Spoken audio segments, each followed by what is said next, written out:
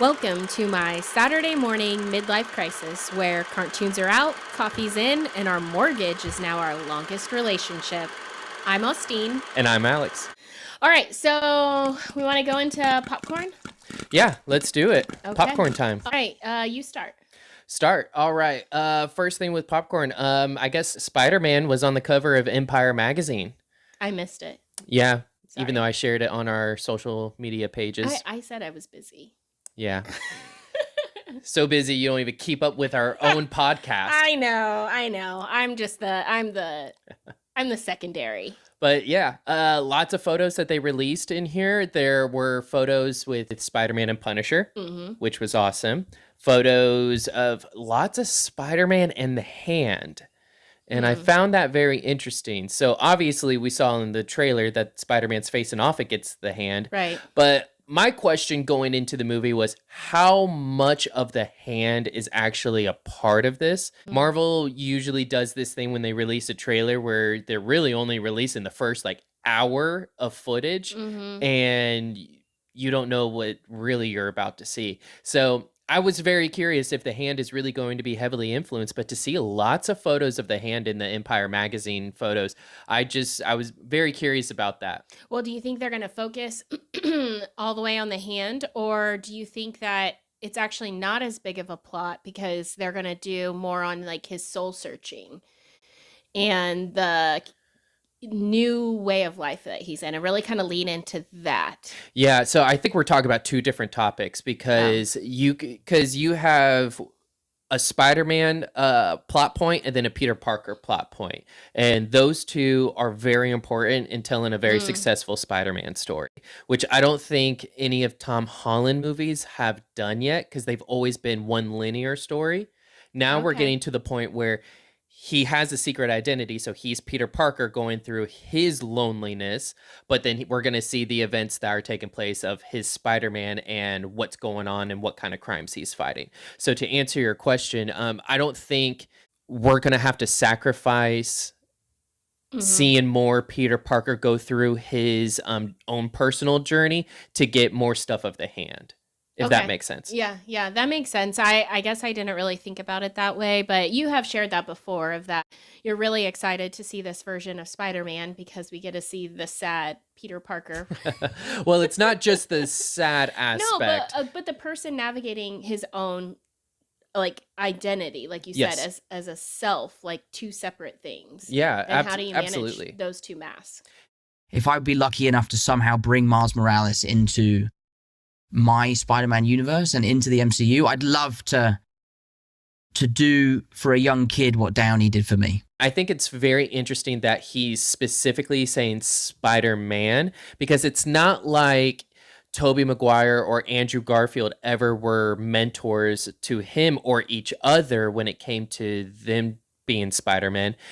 So it's very interesting that he says that. So it makes me wonder if there is already talks in development to have Miles Morales introduced at some point, maybe not this movie, but maybe in something future that Tom Holland already is aware of because he knows the arc he wants his Spider-Man to go on. And so maybe it's possible that I hope that's what he's referring to. Let's just be honest. I am speculating. This is just me.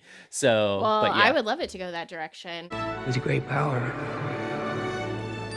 comes great responsibility. Keep being that friendly neighborhood Spider-Man. What about Supergirl? Supergirl, yes. So close. So close. 1 month away. So just wanted to, share that. There's a lot of promotion that is starting to come out. So we're going to start seeing a lot more Supergirl material. Obviously, we're going to go see Supergirl when it comes out. And you're buying the tickets, right? What? That's what we decided. That's not I'm pretty sure he sent me that text and said, I'm going to buy the tickets. So I'm going to need the internet's help here. Comment below. Comment on the podcast. If you are an older sibling, are you supposed to be paying? No. And if you're the youngest sibling, you shouldn't be paying. No, I can't do it all. You'll have to pick these up. I'll buy you will be allotted $10 for popcorn. I'm a little baby. No, you're a full-grown man. I'm a baby. I have no money. All right. Anyways, well, yes, we're going to go see Supergirl. Very excited about that. Are you going to dress up like Supergirl? Yeah, of course. I love that. Blonde wig, everything. Oh my gosh. Okay. Well, I had one popcorn topic, and then I have another one for you. Oh, Actually, I'll jump to the topic for you. So you're going to go to Comic-Con next weekend. I am Indianapolis Comic Con. Yeah. Woo. Yeah. Indiana, not Indianapolis. I mean, same thing, but it's called Indiana Comic-Con. Okay. But you're going with sister, other Yep. people. So what are you excited about? What are you looking forward to? And then I did see some schedule changes. Yeah. So I'm just excited for my costume, honestly. Mhm. Are you My going to reveal what you're going to be, or is that to be my shown girlfriend later? my girlfriend and I are doing something where we are matching, but it is very relevant to what is going currently in Marvel media, Mhm. but I'm not going to reveal it until we have our costumes put together, and we'll put a photo online and something like that for you guys to see. Yay, I'm so excited. Okay, so I know we were talking about all the different people that were on the schedule to go, and then there Yeah. was that schedule shift that we were literally just talking about because of how sad we were to see some people have to pull out, unfortunately. Yeah, so the original actress from the X-Men series who played Jean Grey, she backed out. The actor who plays Crossbones from Captain America, Mhm. Winter Soldier, Civil War, Endgame, Yeah. he canceled as well. Vincent D'Onofrio's Kingpin, he canceled as well. So lots of Marvel characters are just backing out randomly all at once. And it wasn't a gradual thing. It was really It was all at once. Yeah. So could be nothing. Celebrities cancel Comic-Con Mhm. appearances all the time. They have their own lives. They have their own personal lives that are going on. But it does make you wonder, since Endgame, or not Endgame. Why do I keep saying I Endgame? don't I got know. that on my mind right You're now. stuck in the past. I am. I It's need to move forward. Doomsday. I know. So Doomsday is in production, filming and stuff. I know Secret Wars is in production. So it just does make you wonder what's going on. I know the Russo brothers are directing both Doomsday and Secret Wars, and Crossbones has been in all of their movies that they have done. So why not bring him back again in Secret Wars? They've Yeah. worked with him so much. And then obviously Jean Grey being a part of the original X-Men cast, and we know the original X-Men cast is coming back. Mhm. So I just Coincidence, or there's Yeah. something more here. I just hope there's something. Of course, I hope there's I something know. more, but you never know. It's all speculation right now. It's constantly shifting and changing. We're rewriting constantly because something's changing every day. There's a new idea coming. There's a new group of actors who just showed up on set. Now we have to respond to them. Oh my God, that's a great idea. Let's carry this through the script now. Okay, well, I just have one quick popcorn topic. Yeah, let's hear it. And we probably will get into it more maybe in our next episode, but Summer House reunion. And I know we did a short little catch up of people to what all the drama was in the Bravo universe. The Summer House reunion aired this week. Yeah. And I was prepared for it to be a little bit diabolical. Everybody came in.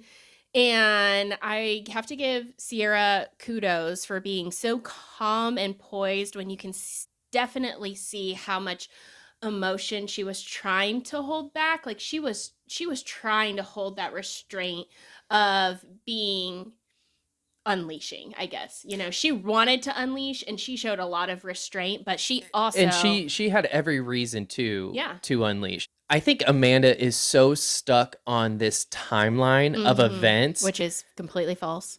Well, I won't it's be irrelevant. convinced. It's just it's irrelevant. You're with your friend's ex.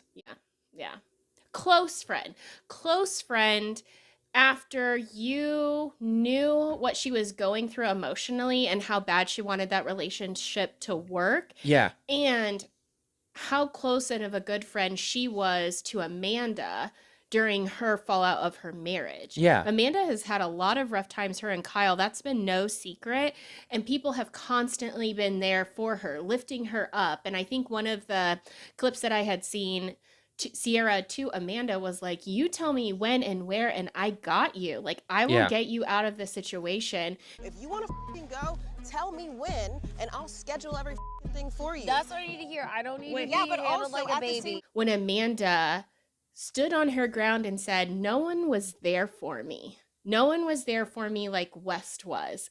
And I was just, my mouth was on the ground and I wanted to be like, Amanda, what is wrong with you? And I mean, Sierra laid into her after that point. She pulled up her receipts, Yeah. her text messages.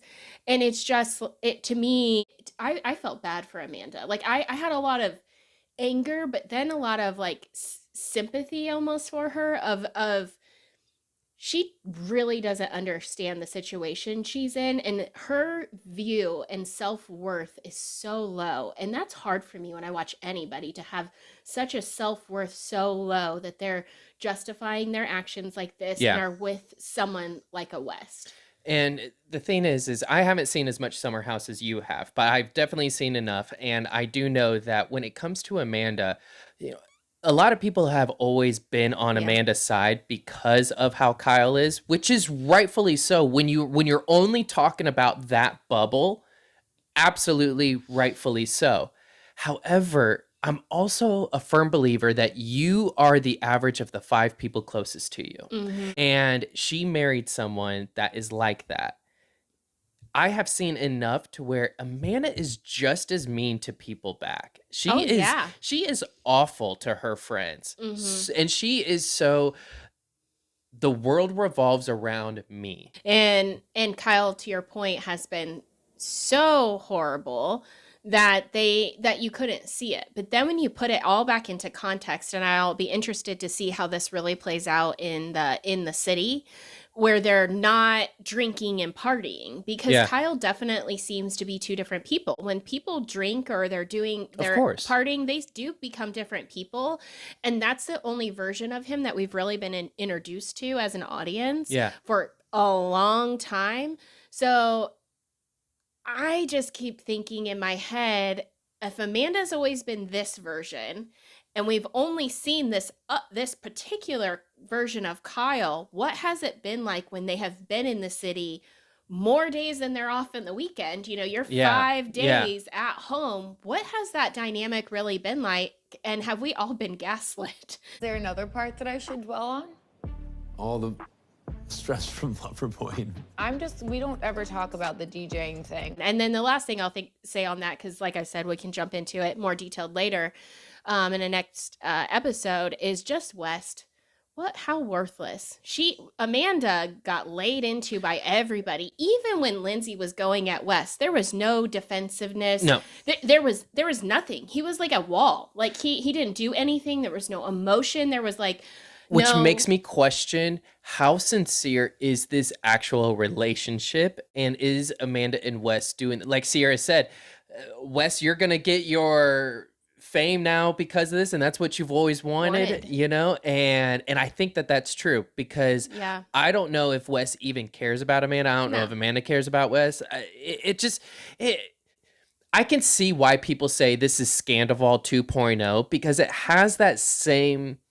They have the same feeling. Flavor. It has the same flavor, but it has their demeanor. Amanda and Wes is the same demeanor as Tom and Raquel. Yeah, yeah. It's that same demeanor, and no one believes it. No one believes that is actually a happy, committed relationship. Can we say family? Family on 3. Family on 3. 1, 2, 3, family!